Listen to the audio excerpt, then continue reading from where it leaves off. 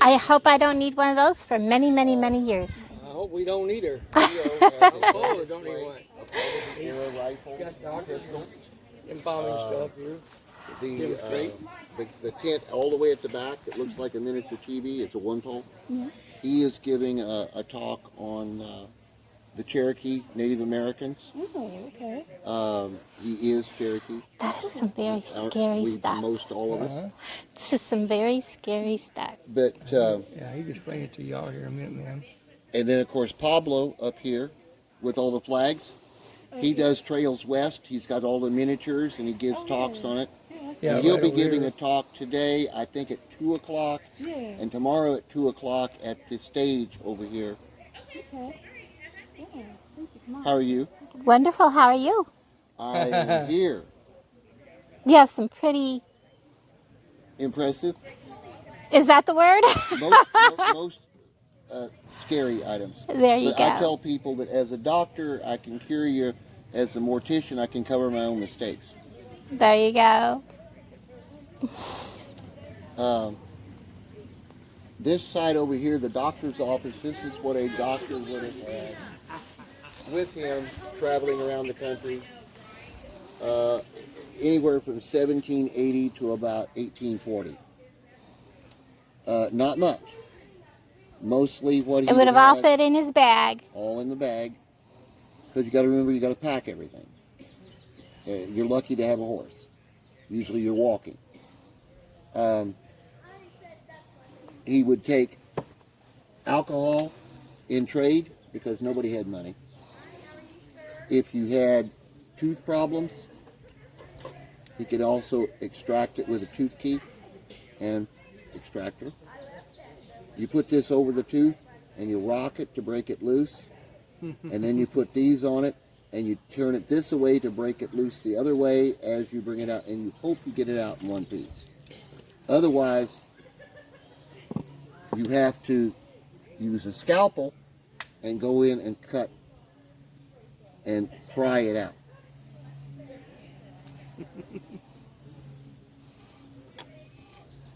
We are very spoiled. Oh, Yeah. my God, yes. Oh, I had good painkillers because the one thing that every doctor always carried was a bottle of, this is as close as you can get to what they looked like without being illegal, opium pills. What he would do is he would crack an opium pill because it was like hard candy. That's what this is whorehound candy. Yep. And he would dissolve it in whiskey to make laudanum. Laudanum is a universal painkiller. And everybody, you could get it across the counter, or you could make your own. However, that way you could make it however strong you wanted. In the 1950s, when they took it off the market, millions of American women were addicted to it. Because they'd take a spoonful in the morning to get going, they'd take a couple of spoons in the afternoon to keep going, they'd take a couple of spoons in the evening to help sleep. Their babies would have colic or teething, and they'd take it on their finger and rub it on the gums. And they got to the point where they were just flat addicted to it. Most men were not because of the social. Yeah, they would go to the bar, the saloons. Right. Well, also the social stigma of taking medicine for pain for a man. Right. Heroin. Suck it up. That's it. That's exactly right. At the end of the Civil War, they have estimated that half of the Union troops that were discharged, in other words, almost 1 million men, were addicted to laudanum because the doctors would just hand it out, a whole bottle, to a soldier that had a back pain or his feet hurt or he was getting headaches or he had diarrhea or he had constipation. Laudanum took care of it. Well, when they needed more, they'd go back and the stewards would just hand it out to them. The pharmacies would just hand it out to them. It was just free.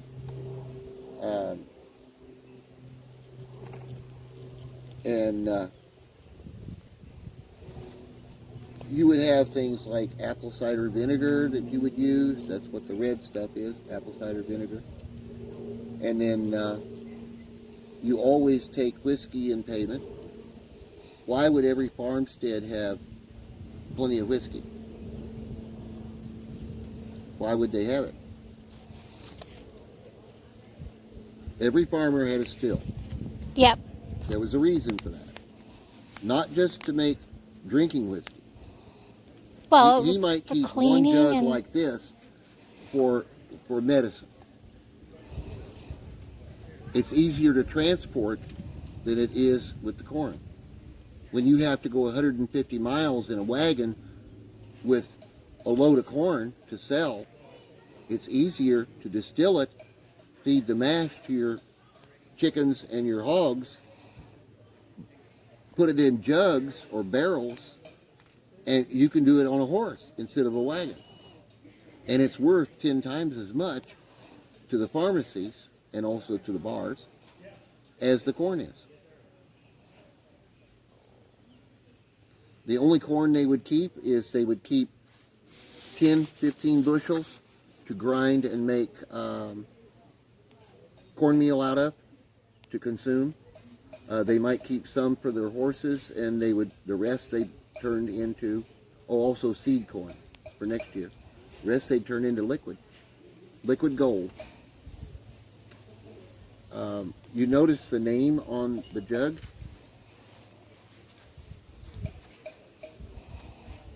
it's a butter churn. Daisy churn. They used the same molds. The same company made embalming bottles that made the daisy churn. And they were called daisy churn. Well, if they can sell them to both, why not? There's nothing wrong with that. Use the same lids. The only difference is the cork in the top is where your paddles come through. The Daisy Churn Company sold embalming bottles and churn bottles. This is about the rarest piece I have. It's a hand pump. About the only place you're ever going to find one now is in a museum. And there's a big museum over in Illinois, a mortuary museum, and they want it. Theirs doesn't work, mine does. This particular syringe is not for giving shots. It's an embalming syringe. It's used to embalm the brain. Because there's only one place in the skull where there's a hole that you can actually, from the outside into the brain cavity. And that's on the inside of the eye on each side, where the nerves go through. That's what this is for. That's how big the hole is. They made it that way on purpose. You would go through, embalm the brain with it. You could also change this out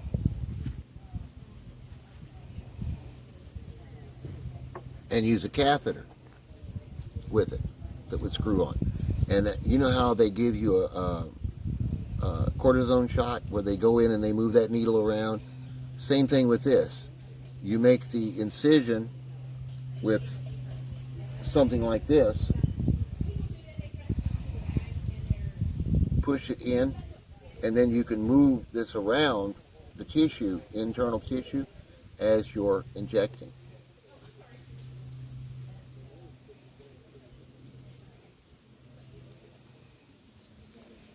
Is there anything else that I can show you?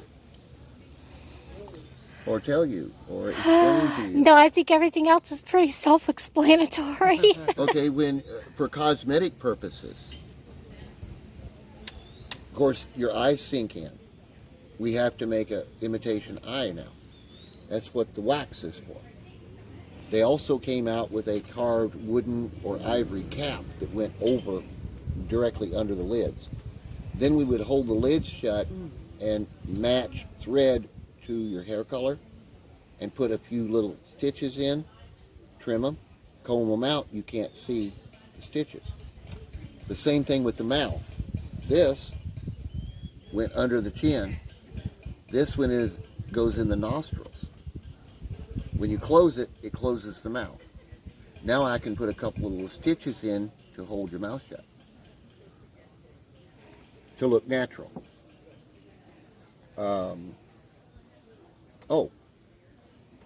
When we use one of the catheters, to inject large amounts into the body cavity, it leaves a hole behind. That's what these are for. You just shove it in, and it closes the hole, and it's skin color.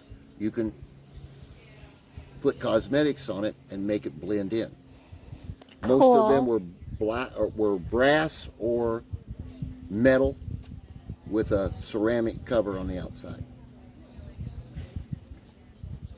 They still use those today.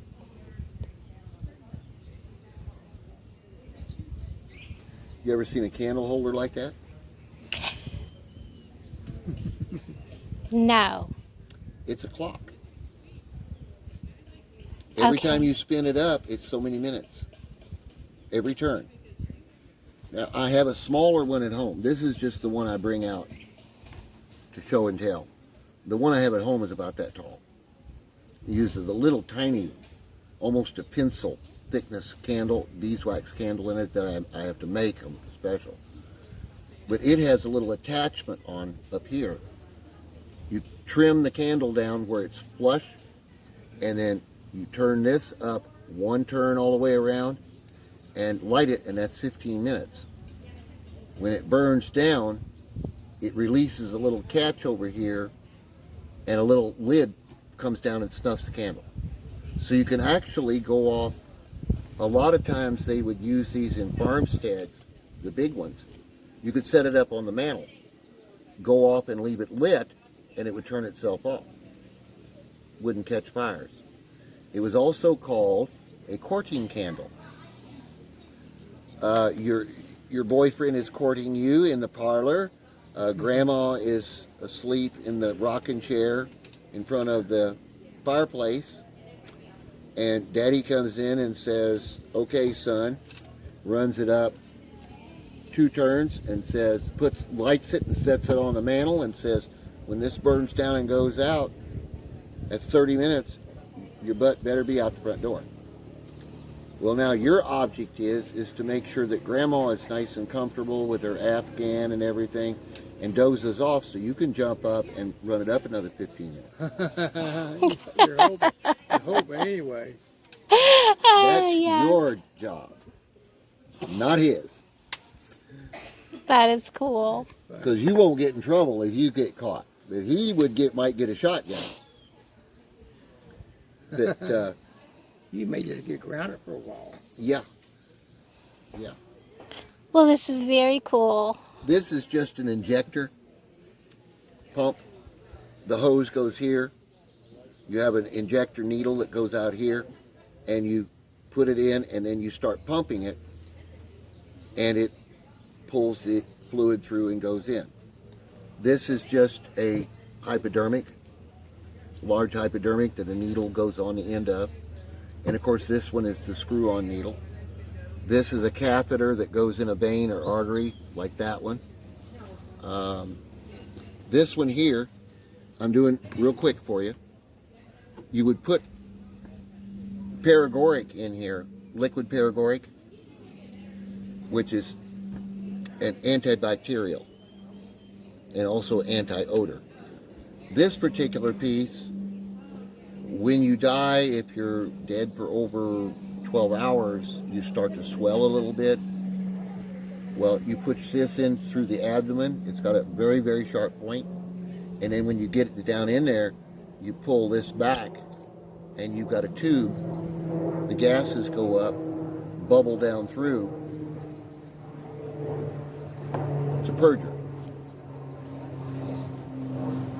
Need to have some of those with, some of these road crews to go around and get some of the animals that are starting to blow up on the road, and Use that. that'd be their job. Yep.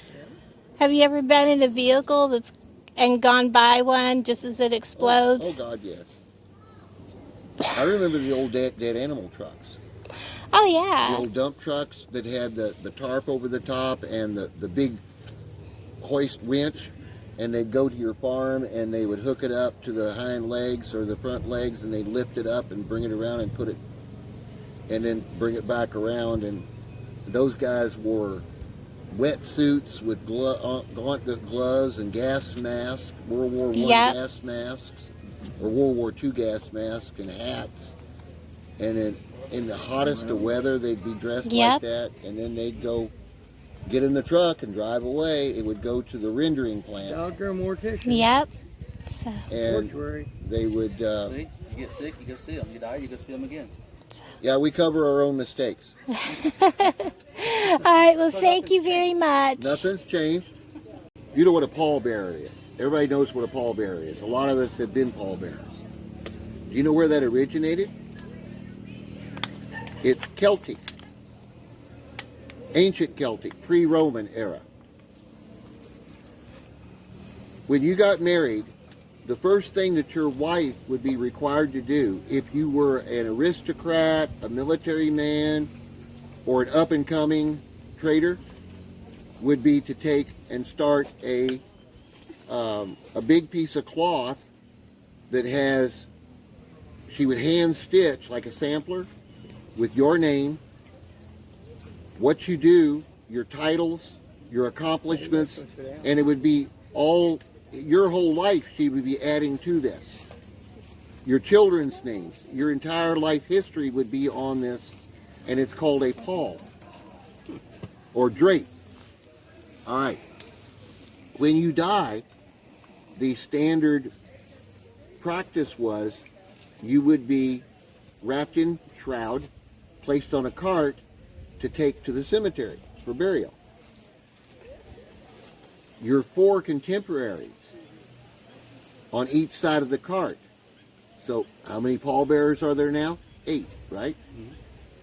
There were 8 then, 4 on a side. They were of like rank, of like, everything was similar to you. They were friends, relatives, what have you. Each one would march along beside the cart carrying a spear. On top of the spear, all the way around, was your pall. So everybody you passed by would know who you were and what you accomplished in life and how important you were. When you got to the cemetery, they would wrap your body in the pall to be interred. Hence, they are pall bearers. Makes sense. Pretty cool. The wake, would you hold a wake for someone? We think of it as a party. Okay, a wake is a party. That's not the original purpose. I'm guessing it's something to see if they'd actually wake up. During the Black Plague in Europe, when the churches would disinter plague victims from the cemetery to take their bones and put them in the boxes and put them in the crypts, sometimes they found scratch marks on the lid of the coffins where they were actually in a coma instead of dead. So therefore, that's when the church came out with the edict that there was a 3-day waiting period, which we still go by, between death and burial. Most funerals are 3 days after the death of the person. So, you would hold a wake. What the church edict was is that you lay the body out in the home, and a person related to them had to stay with them for 3 days, wide awake. Now it could be different members of the family, but you had a wake with lights and everything around it, family around the body. So if they did wake up, they wouldn't be frightened by seeing strangers or something, or being alone. A family member would be there when they woke up. Nowadays, they don't worry about that because you're going to be dead when you go in the ground because of this stuff. You know, you're not going to have any blood left. It's going to be embalming fluid, which the formaldehyde actually came out in about 1920s era. Prior to that, we used something called Durfee's embalming fluid from Grand Rapids, Michigan. And that come out about the turn of the century, by that I mean 1800, and was used during the Civil War up until about 1880. Then it was more you make your own because there was a lot of experimentation. They'd use